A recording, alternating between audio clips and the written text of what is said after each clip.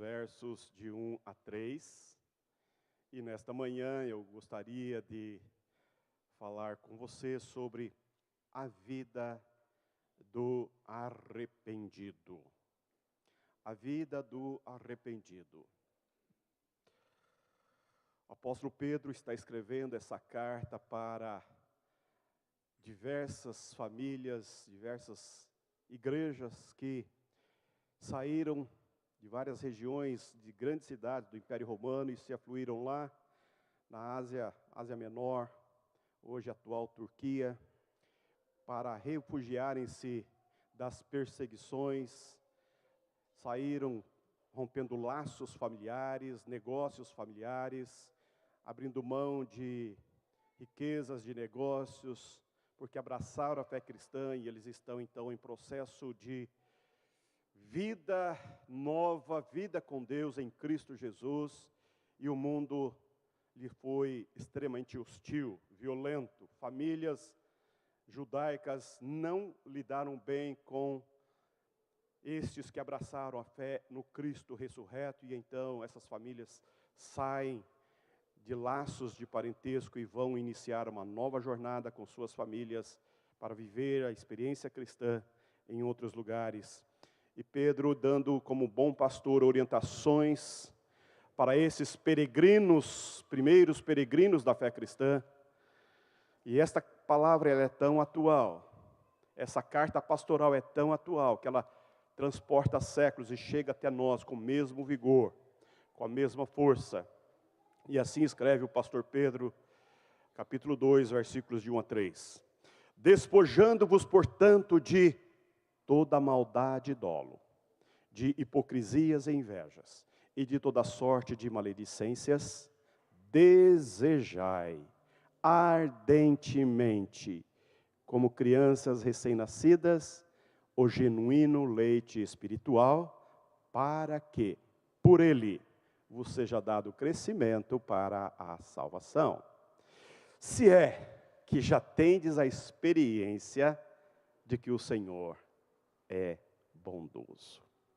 Queridos irmãos e irmãs, estamos em plena quaresma. Quaresma é um tempo de introspecção. É um tempo de confronto pessoal. É um tempo de revisão de nossos comportamentos internos. É tempo de arrependimento. E a Bíblia usa duas palavras gregas para falar de arrependimento. É epístrofe, é voltar-se contra. E metanoia, é mudança de direção, é transformação, é voltar-se para, é fazer uma volta. Transformação, é mudança de mente, é renovação, é reinício, é retomada.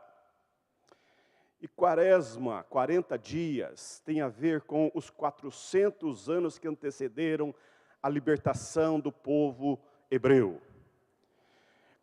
Quaresma, 40 dias, tem a ver com os 40 anos que o povo caminhou no deserto antes de entrar na terra prometida.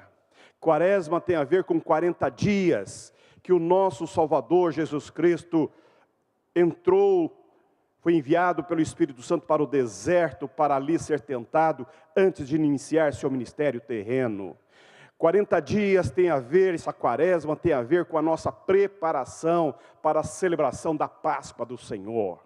Tem a ver com esse tempo que nós somos chamados a considerar os atos de Deus na história do povo de Deus e quais as implicações que está de Gênesis a Apocalipse, nesse processo histórico da ação de Deus, que nos chama à introspecção, que nos chama a uma revisão de vida, que nos chama a prestar atenção naquilo que de fato faz sentido e é desejável e é necessário na vida cristã. É tempo de revisão de vida, é tempo de olharmos os atos de Deus na história, os 400 anos, os 40 anos, os 40 dias, e agora nós estamos nesse processo de celebração da maior festa cristã, que é a Páscoa do nosso Salvador. E para que nós possamos de fato e em verdade celebrar a Páscoa cristã, ô meu irmão, ô minha irmã, é desejável que eu e você revisitemos corajosamente o nosso íntimo, corajosamente o nosso coração, a nossa mente, a nossa alma, para tratarmos-nos pela palavra, sermos tocados pelo Espírito Santo, sermos chacoalhados por Deus. E Pedro está aqui orientando esta igreja a um estilo de vida, a um jeito de viver, a um modo de viver. Ele está antecedendo, ele está iniciando uma tratativa com a igreja para falar da pedra angular, da pedra principal, que é Cristo. E ele vai dizer então, despojando-vos, ele está dizendo, em primeiro lugar, abandono da velha vida.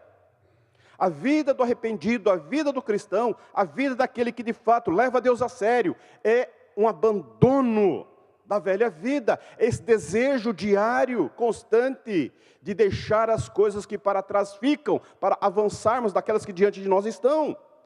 A Quaresma nos chama a esse tempo de revisão de vida, de abandono dos pecados, abandono daquelas velhas roupagens que nos tomavam. Veja o versículo 1. Despojando-vos, portanto, despojando-vos, olha o verbo, de toda maldade e dolo, de hipocrisias e invejas, e de toda sorte de maledicências. O verbo despojar significa se livrar de, lançar fora. Um vocábulo muito vívido que equivale a tirar a roupa que a pessoa veste.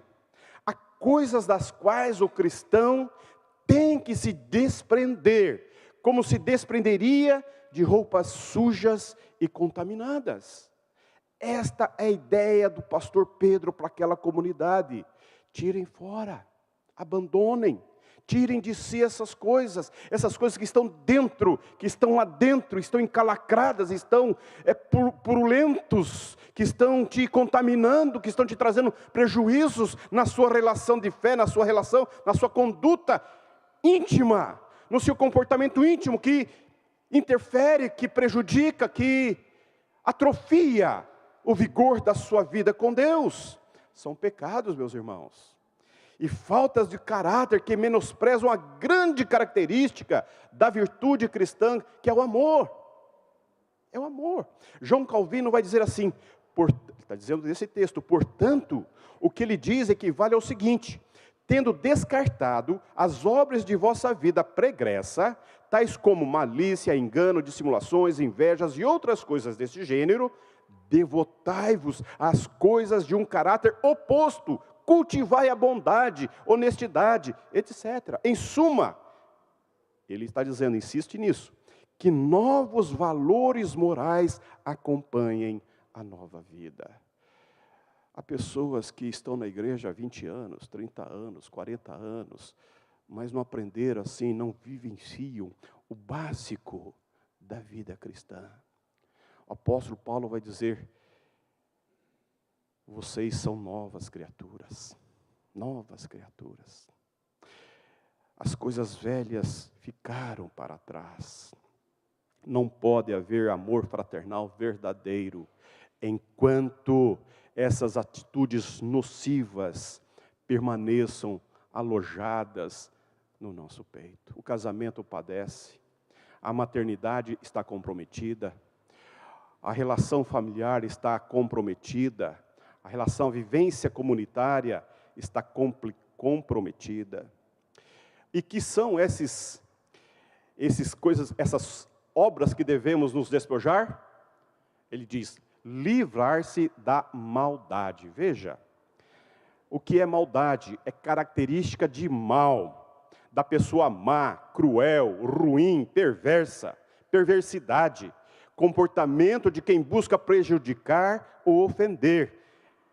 Maldade é desumanidade, que expressa malícia, vontade de denegrir, sarcasmo, comportamento travesso, traquinas, traquinice. A palavra caquia é a que é empregada como referência à maldade, e inclui todos os corruptos costumes do paganismo e do mundo sem Cristo. Maldade, o espírito de maldade.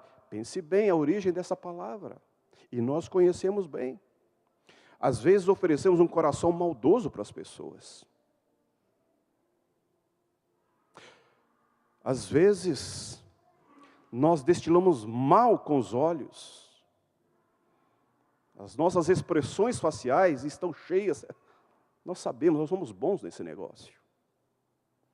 Pastor Pedro está dizendo, despojai-vos da maldade. A maldade não pode ser uma expressão da vida cristã. Ela ofende, ela macula. A característica mais bela do amor de Deus, que é a bondade, a misericórdia.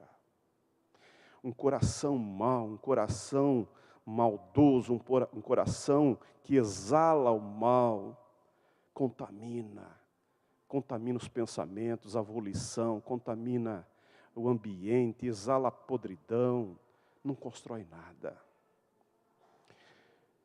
Qual outra ideia? Se livrar do dolo.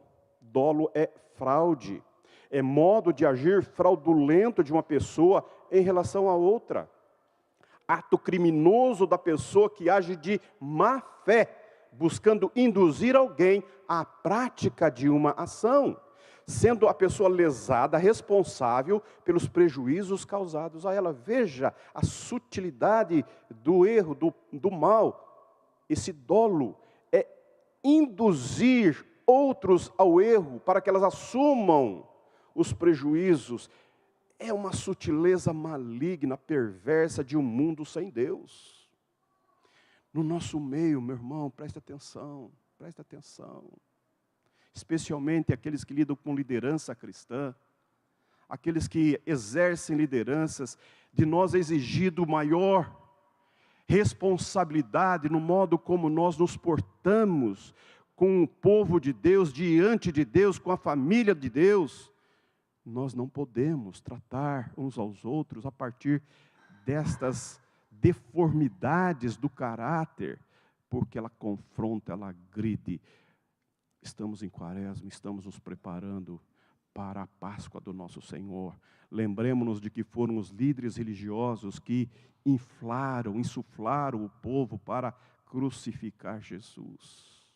Foram eles que compraram, que insuflaram, que conspiraram nas madrugadas e arquitetaram um plano maquiavélico terrível como se Deus não soubesse o que estava no coração e aninhado no peito daqueles infelizes líderes. Essa é a coisa mais doce do Evangelho, é que Deus nos conhece, é que Deus sabe o que aninha no nosso coração, o que nós aninhamos no nosso peito. E nessa manhã Ele quer dizer para você, eu confronto isso no seu coração, eu confronto isso no teu peito, cuide disso, presta atenção nisto.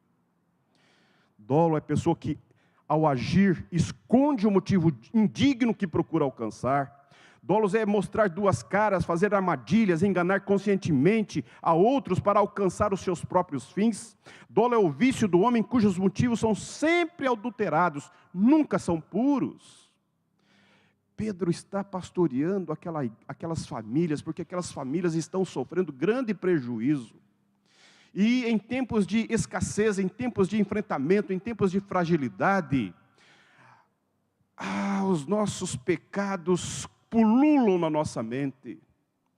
Às vezes estamos enfrentando tempos difíceis e são grandes oportunidades para que a nossa vileza se exponha.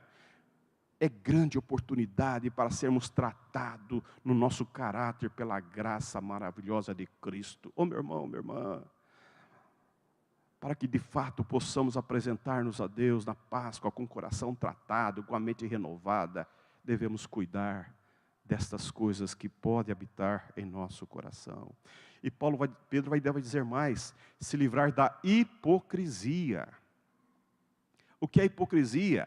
Característica, o comportamento da pessoa hipócrita, de quem apresenta uma opinião que não possui ou finge sentir. O que não sente é falsidade, é dissimulação, é fingimento, é capacidade de esconder os sentimentos mais sinceros. Característica de alguém que não é honesto, desonestidade, que aparenta uma honestidade que não existe. Que coisa mais abjeta esta dissimulação nos relacionamentos. Essa falta de verdade, essa falta de sinceridade, de honestidade no caráter, essa capacidade de mascarar a verdade que está no íntimo, de propalar, de falar coisas bonitas, quando na mente, no coração, está vociferando, está... Ô meu irmão, precisamos esvaziar isto. Quando Davi foi confrontado no seu mal, ele tentou enganar tanta gente, cometeu tantos pecados para enganar para simular e esconder o seu pecado. E quando ele confrontado pelo profeta, ele ficou indignado. Ele revelou a sua verdade. Falou, eu não aceito esse comportamento na vida das pessoas. Mas ele estava aceitando e dissimulando o seu próprio comportamento. E ele foi confrontado pelo profeta. E quando ele foi confrontado pelo profeta, ele foi orar. E quando ele foi orar, falou, sim, Senhor, eu pequei. Pequei contra ti somente. E fiz o que é mal perante os teus olhos. Portanto, terá sido justo em julgar. E aí ele fala, compadece-te de mim. Compadece-te de mim. Lava-me completamente e serei puro. Toca-me. Arrependimento é essa coragem da gente falar contra nós mesmos, dar nome aos bois, dar nome a essas coisas horrorosas que nós aninhamos no peito, na mente, que nós conspiramos, porque na verdade, vamos combinar, essas coisas carcomem a gente por dentro. Essas coisas que o apóstolo Pedro está atacando aqui, ele está dizendo, essas coisas corroem, é como câncer que cresce. O evangelho agride, ele violenta, ele contrasta, ele contrapõe a essa natureza pecaminosa, a essa natureza perversa, que conspira contra a sua qualidade de vida. É horroroso você ver pessoas que vivem na hipocrisia, que não conseguem enxergar seus próprios comportamentos. É tão flagoroso, a hipocrisia é tão horroroso que às vezes torna-se tão evidente. E a pessoa está cega, não está vendo as suas incoerências do que faz e do que fala. A religião é um grande campo fértil para a hipocrisia. Quarto lugar, ele vai dizer, se livra da inveja. Meu irmão, me perdoe, fala chover no molhado, mas nesta manhã eu estou falando de coisas muito básicas, mas essas coisas são tão fundamentais, que Pedro está nos orientando e nos chamando a atenção, porque arrependimento tem a ver com esses comportamentos que a cultura acha absolutamente normal. Não, isso é normal. A inveja é normal. O filho sente inveja do irmãozinho e a mãe, não, isso vai passar. Passar não, minha irmã, se você não corrige, se você não educa, se você não interfere no coraçãozinho do seu filho quando ele é pequeno, quando ele crescer, você vai ver o prejuízo que ele vai causar dentro de casa. A inveja, a maledicência, a hipocrisia, essas coisas se corrigem cedo, muito cedo. Tão logo se manifesta, precisa de correção, de pai e mãe atento, cuidadoso, vigilante pela palavra. Porque senão, é erva daninha que cresce e brota e toma conta do coração dos nossos filhos. E às vezes eles estão olhando para nós e estão vendo essas coisas em nós. Em nós. E nós estamos achando que está tudo certo, está tudo certo. E às vezes perguntamos, por que nossos filhos não querem ir para a igreja? Por que os nossos filhos, quando chegam na adolescência, pulam fora? Há uma grande incoerência com o nosso ambiente familiar. Se essas coisas não são tratadas em nós e na vida dos nossos filhos, como que a igreja vai lidar com isso? Se livrar da inveja. Inveja é desprazer, olha só, desprazer causado pela felicidade ou pelo progresso de outra pessoa. Sentimento de cobiça da felicidade, da superioridade de outrem. Sensação ou vontade indomável de possuir o que pertence a outra pessoa. Desgosto causado pela felicidade alheia. Ciúme, emulação, ambição, avidez, cobiça, cupidez, sofreguidão. É uma prisão. É um cerceamento da alma. O indivíduo que é invejoso, a mulher que é invejosa, ela está dentro de uma estrutura que carcome e aprisiona a alma. Está atrelado a alguém ou a outra pessoa com quem se relaciona, que está em uma situação de grande prejuízo. E ela denota tantos pecados junto consigo. E outra é se livrar das maledicências. Característica ou particularidade da pessoa maledicente, de quem vive falando mal de outras pessoas, ato ou aptidão para falar mal dos outros, cuja intenção é denegrir, é difamação, fala injuriosa, mordacidade, mexerico, fuxico, fofoca. O maledicente é aquele que prejudica os outros para o seu próprio bem. A finalidade é uma só, é desconstruir o outro, a outra, para que ela se coloque bem diante da situação. É um comportamento horroroso. É aquele filho que gosta de dedurar o irmãozinho, né? Gosta de falar das coisas feias que o irmãozinho está fazendo, e esconder a mãozinha, não é? Fechar a boquinha, e ele é o santo. Os outros é que são pecadores. É um comportamento horroroso, horroroso.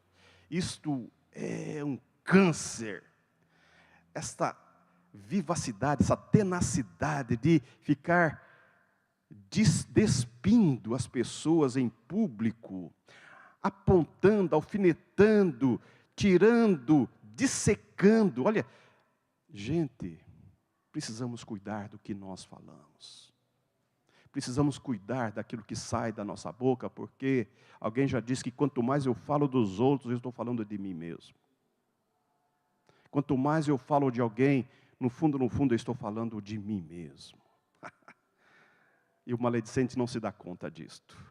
Só está mostrando como o coraçãozinho é podre, como que a mente está corroída.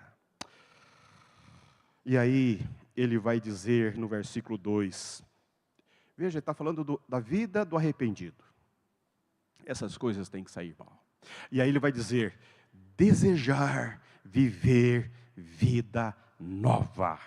É vontade de viver coisas novas, é vontade de experimentar algo novo da parte de Deus, é um desejo de crescer, de avançar para coisas mais consistentes que Deus tem para nós. E aí ele diz, versículo 2, desejai ardentemente, desejo ardente, aí o exemplo, como crianças recém-nascidas, o genuíno leite espiritual, para que por ele vos seja dado crescimento para a salvação. Isso é o contraste do velho com o recém-nascido. Eu penso que há crentes que estão aí já bem maduros na fé, mas que precisavam voltar lá atrás e se matricular na classe do berçário, na classe infantil, lá na primeira classe, para ouvir as historinhas que as professoras contam para as crianças. Deveriam comprar aquelas revistinhas, aquelas historinhas que nós contamos, bíblicas, que nós contamos do caráter cristão para os nossos filhos. Nós precisamos nos matricular na escola do Espírito Santo. Nós precisamos matricular na escola bíblica diária dentro de casa. Falar, hoje é a hora de estudar a Bíblia, hoje é a hora de eu vou estudar a palavra de Deus. É disso que ele está dizendo.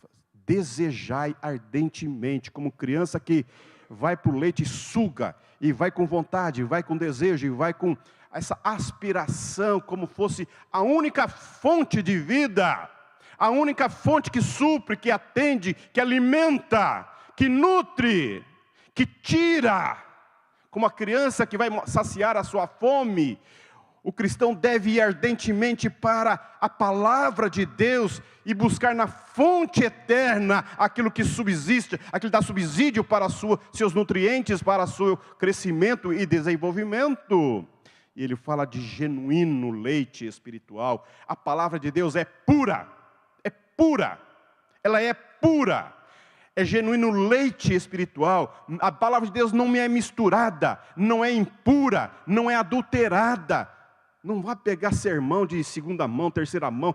Cuidado com o que você está ouvindo aí na internet. Olha, tem tanta gente que está fazendo coaching ao invés de pregar a palavra de Deus. É tantas nis que a gente escuta. Cuidado, meu irmão, vai para a palavra de Deus. A palavra de Deus é genuína, é alimento genuíno, do sólido, consistente. Tem nutrientes para a sua alma, para o seu caráter, para a sua personalidade, para a sua vida, para a sua família, para o seu casamento, para os seus filhos. A palavra de Deus é pura.